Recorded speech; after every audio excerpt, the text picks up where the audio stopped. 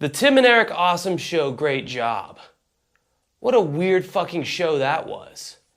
But some of the sketches on this show were some of the funniest things I've ever seen in my entire life.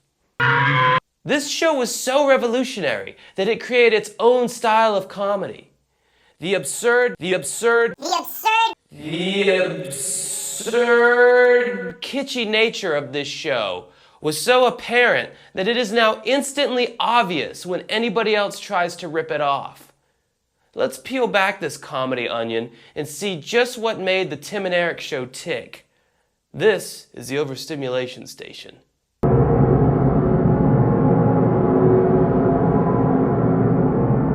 Great job. Game reviews and self-defacing entertainment interlacing. Just sit back and start to space out overstimulation. Band reviews or playing skits where I'm a chick worth laying attention, grabbing product placement with the point I'm trying to make. It's the Overstimulation Station. Overstimulation Station. Overstimulation Station. Overstimulation Station. 1, 2, 3. This is the montage portion of our... 1, 2, 3. This is the montage portion of our presentation. Tim Heidecker and Eric Wareheim met in college where they began producing low-budget films and cartoons.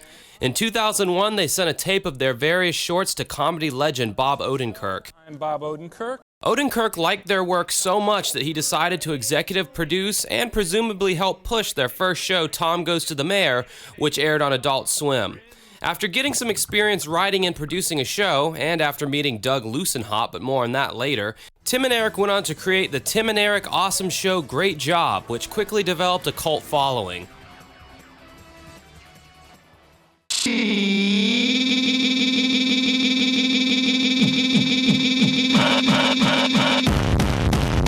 Explaining this show is difficult, so instead, I'll just break it down into the smallest pieces that make up the show. Easy Cream is an all-natural diarrhea inducer in an easy-to-use gel form. The sketches appear as though they live in the same world as bad 1980s infomercials. Is talking on the phone getting out of hand? Look out! You need phone relief, the ultimate in hands-free phone design. I truly feel like the Tim and Eric Show gave this looking crappy on purpose aesthetic a new life, especially the spin-off Check It Out, but that's a show I'll save for another time. Very nice to have you. I'm not interested. Next, there's the absolutely absurd humor that is unmatched. I mean, it is really unmatched. After watching a few episodes of Tim and Eric, I have to give myself like a 30-minute decompression period to get used to living in the real world again. Hi, kids. You need to stay focused and stay in school, and I made a song about it. How does a song go?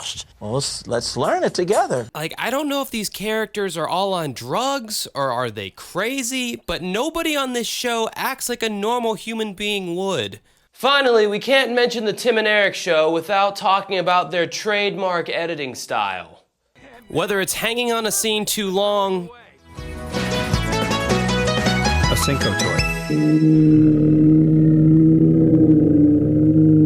cutting a scene too short, those stuttering effects, or sound effects being played at unexpected times. The editing of the Tim and Eric Show was just as important to the joke as the writing itself. Enter Doug Lussenhop.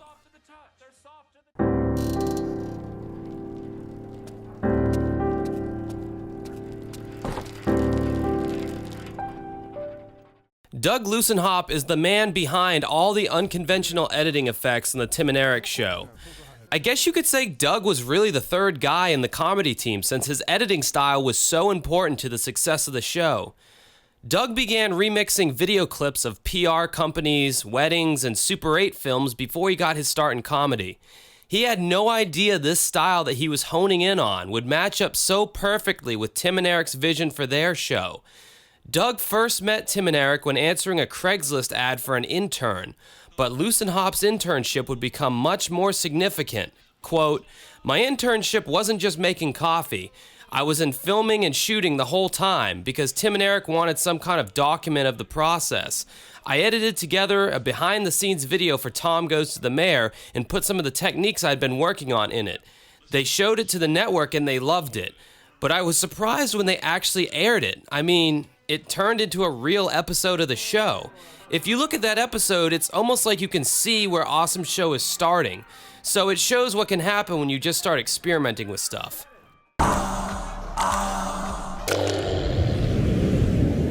Hey, check. Hey, now many of you know Prank Invasion, aka The Tim and Eric Show has left a huge impact on much of modern comedy.